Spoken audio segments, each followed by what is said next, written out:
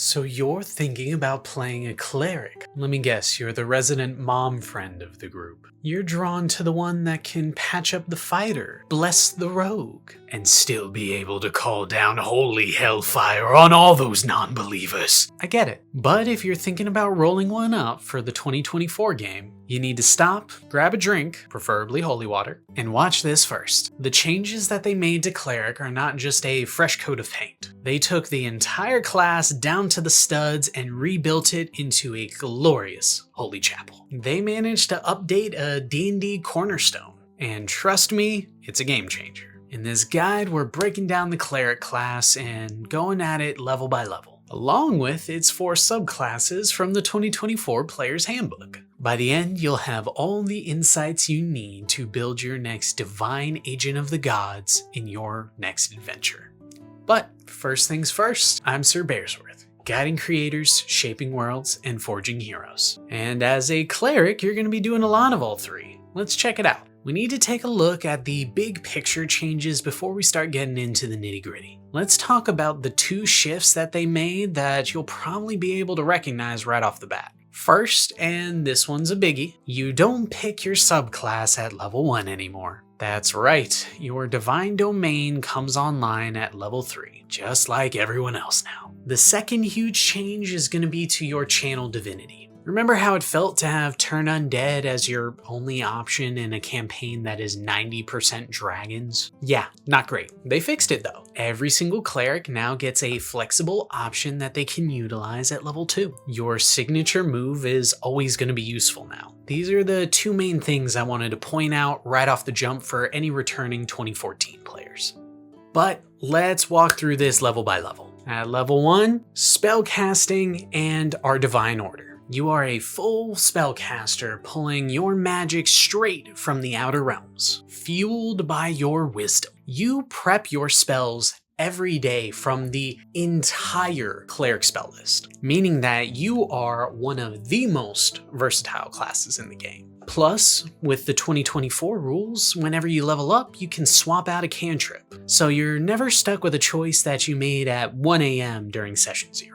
Now for our huge level 1 choice, Divine Order. You pick from Protector or Thaumaturge. If you go Protector, bam! You get proficiency with martial weapons and heavy armor. You want to be in full plate, swinging a warhammer, going shoulder to shoulder with the party fighter? This immediately makes you one of the toughest cookies in the jar, ready to take a beating and dish one right back out. If you choose Thaumaturge, you are leaning heavy into that caster fantasy. You get an extra cleric cantrip, and you get to add your main stat, Wisdom, to your Arcana and Religion checks. These are just intelligence checks, so take the bump when you can get it. This is a fantastic pick for the cleric who wants to be the party's lore keeper. That extra cantrip is a bigger deal than ever now that you can swap them out on level ups. And using your primary stat for those knowledge checks, chef's kiss. At level 2, you get your channel divinity. You get a number of uses equal to your proficiency bonus. And here's a little quality of life upgrade. You get 1 use back on a short rest. This is huge for your adventuring day endurance. Every cleric, no matter what, gets 2 options to start. The classic Turn Undead and the brand new Divine Spark. Turn Undead is still your classic, the power of Christ compels you, but now a little spicier.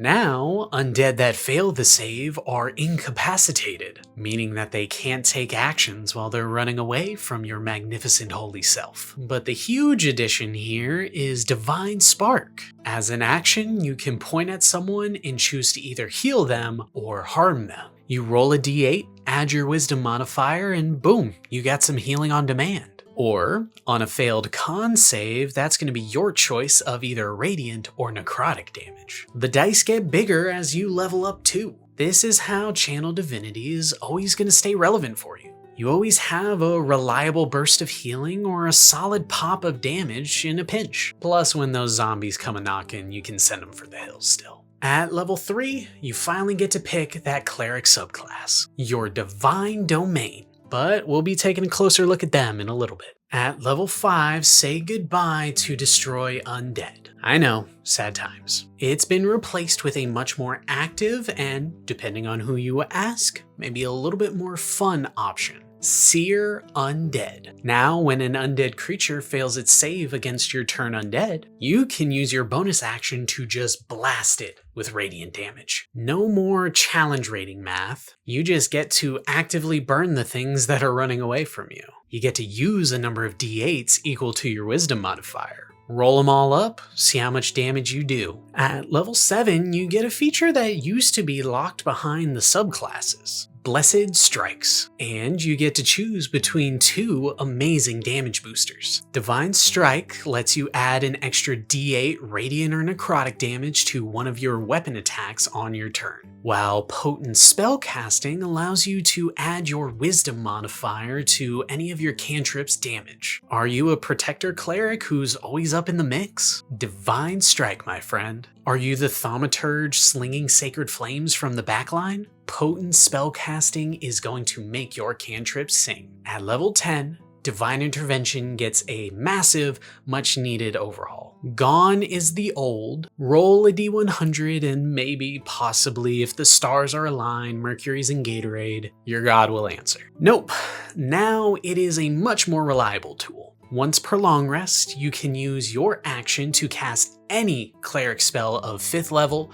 or lower. No spell slot needed, no components required. Need a clutch revivify and you're out of diamonds? Your god's got you. Need to cast Hallow without waiting 24 hours? Done. This is a game-changing improvement that really makes you feel like the divine champion of a god. At level 14, you get improved Blessed Strikes. That choice you made back at level 7 gets a major power-up. If you picked Divine Strike, your damage goes up to a whole 2d8. And if you chose Potent Spellcasting, now, when you damage a creature with a cantrip, you can grant temporary hit points equal to 2 times your Wisdom modifier to either yourself or an ally. It's a fantastic boost to either your damage output or your party's durability. Finally, at level 20, Greater Divine Intervention. This gives you the ability to cast the Wish spell. This is the absolute peak of divine power. You just speak and reality will bend to your will.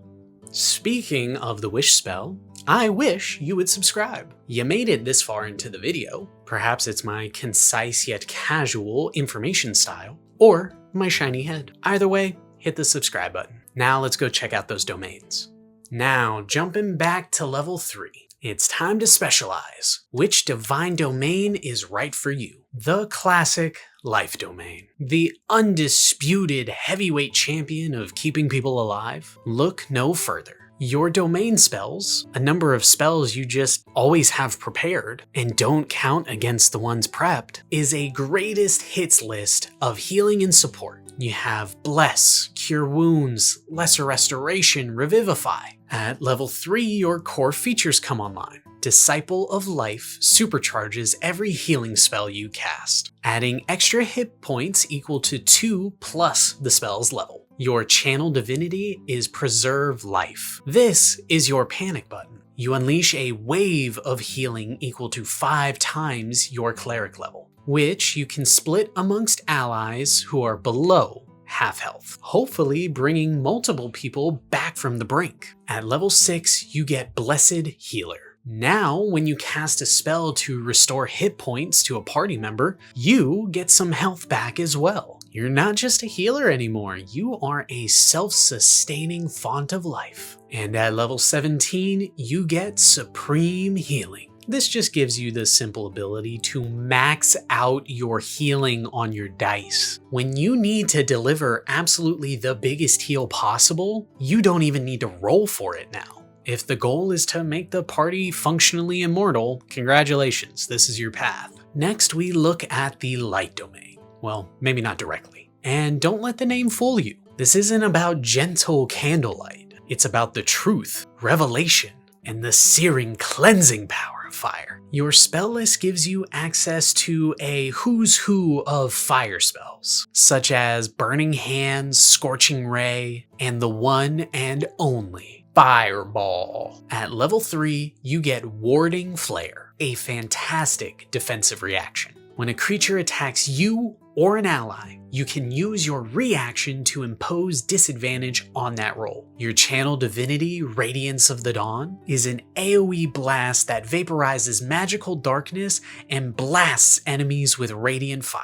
And that's to creatures of your choice. So, no friendly fire. Yeah, I'll leave. It's been nice. At level 6, this gets even better with Improved Flare. You get your uses of Warding Flare back on a short rest now. And when you use it, you can grant a number of temporary HP to the target that was getting attacked, adding another layer of protection onto your defense. And at 17, you get Corona of Light, letting you wreath yourself in an aura of holy sunlight. This gives enemies disadvantage on saves to any of your spells that involve fire or radiant damage. If you love the idea of raining down holy fire onto your enemies, the light domain is calling your name. Next we have the Trickery domain. The Trickery domain is for the gods of mischief, rebellion, and freedom. This is going to be the sneakiest cleric by a mile. Your domain spells give you tools that no other cleric gets access to. Spells like Charm Person, Disguise Self, Pass Without a Trace. The 2024 version even swaps Mirror Image for invisibility, which, honestly, fair trade. At level 3, you get the incredible Invoke Duplicity, and it got a massive upgrade.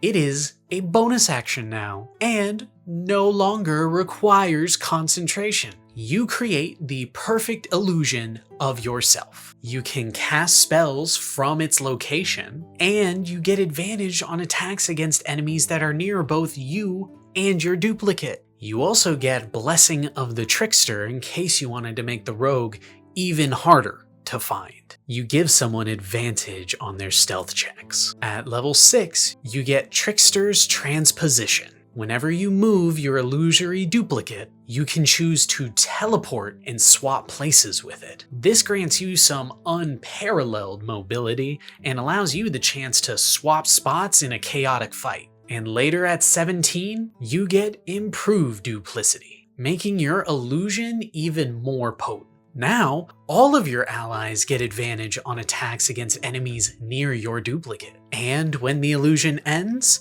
it releases a burst of healing magic, and that's equal to your cleric level. So, at minimum, 17 back to everyone? Not bad. The Trickery domain is for the strategic mastermind, who wants to control the fight through pure, unadulterated cunning. And finally, the War domain. This is your ultimate warrior priest. Your spell list is all about combat. Buffs like Shield of Faith, damage dealers like Spirit Guardians, and even the awesome Steel Wind Strike. At level 3, War Priest lets you make an extra attack with your bonus action a number of times equal to your Wisdom modifier. Simple, but so effective for boosting your damage output. Combine that with your Channel Divinity Guided Strike, letting you add a plus 10 bonus to a missed attack roll that either you or an ally made. You can explicitly use this as a reaction to save a buddy's lucky strike. At level 6, you get War God's Blessing. This lets you cast Shield of Faith or Spiritual Weapon by expending a use of your Channel Divinity, and you don't have to maintain concentration. I'm going to say that again. A non-concentration Spiritual Weapon is a complete game changer. This means you can stack with even more powerful spells, like Spirit Guardians. Your level 17 feature is Avatar of Battle, granting you resistance to all non-magical bludgeoning, piercing, and slashing damage. You become a true bastion of divine might on the front line, a true hybrid of steel and spell, and you make your whole team better by just being there. Alright, you know the features, you know the subclasses. Now, how do we actually put it all together? Let's get into the build. First, ability scores. It's pretty simple. Wisdom is your king. It powers your spellcasting and tons of your other class features, so get it as high as fast as you can. After Wisdom, Constitution's going to be your best friend. Higher modifier means more likely to save on those concentration checks. From there, it depends on your Divine Order actually. Protectors will want at least 15 in strength. This means you can wear the heaviest armor in the game without having to deal with any movement penalties. While thaumaturges can benefit from some extra dexterity, getting that extra bonus if they're wearing that medium armor. And you get into initiative a little bit quicker. Next up are feats. Don't forget, when you hit level 4, 8, 12, 16, and level 19 for that epic boon, you can either increase your ability scores or pick up a feat. You already know to boost your wisdom, but if you want some good feats to go with, I certainly recommend Warcaster. I know I sound like a broken record, but advantage on concentration checks is crucial. And it also lets you cast spells when your hands are full. Resilient, specifically the Constitution variety, is also great as it gives you that boost to your Constitution saves. If you're going to be a Protector Cleric and you're going to be in the thick of it, I would honestly say consider Heavy Armor Master. It's not super flashy, but it gives you damage reduction. That can add up over a fight. And if you're a Thaumaturge, Fey Touched gives you Misty Step and another spell of your choice, adding a little bit more utility to your kit. And finally, our must-have spells. You prepare spells daily, so you're able to be flexible with it. But some of these are just too good to leave at home. When it comes to cantrips, Guidance is your go-to. For any of you Baldur's Gate fans out there, yes, you can spam cast this left, right, and center. As for damage, Sacred Flame and Toll the Dead are probably going to be your go-tos. Some level spells to keep in mind. Healing Word is great to get someone up in the clutch moments. Guiding Bolt is the alley-oop of damaging spells. You get to do some damage, and whoever hits them next gets advantage on their hit. Spiritual Weapon is another great one, allowing you to add a bonus action damage dealer to your turns. And who could forget Spirit Guardians? Getting those 3rd level spells is gonna feel good. I would also recommend keeping Revivify close at hand. Otherwise, you may get some looks from the party if someone can't be brought back. The 2024 Cleric is more customizable, more powerful, and frankly more fun than ever. Divine Order lets you define your playstyle from the start, your Channel Divinity is always useful now, and Divine Intervention is finally that epic moment that it always was meant to be. Whether you want to be a healer, a blaster, a trickster, or a holy warrior, the new Cleric framework has you covered. So, what do you think of the changes? Which Divine Order and subclass combo are you looking at? Let me know down in the comments below. If this guide helped you out, then do me a solid and hit that like button. And if you want more of these overviews for the 2024 classes, then make sure to hit that subscribe button. We're going alphabetical, so Druid's up next. But I've been Sir Bearsworth, guiding creators, shaping worlds, and forging heroes. And I'll see you all at the table. Bye.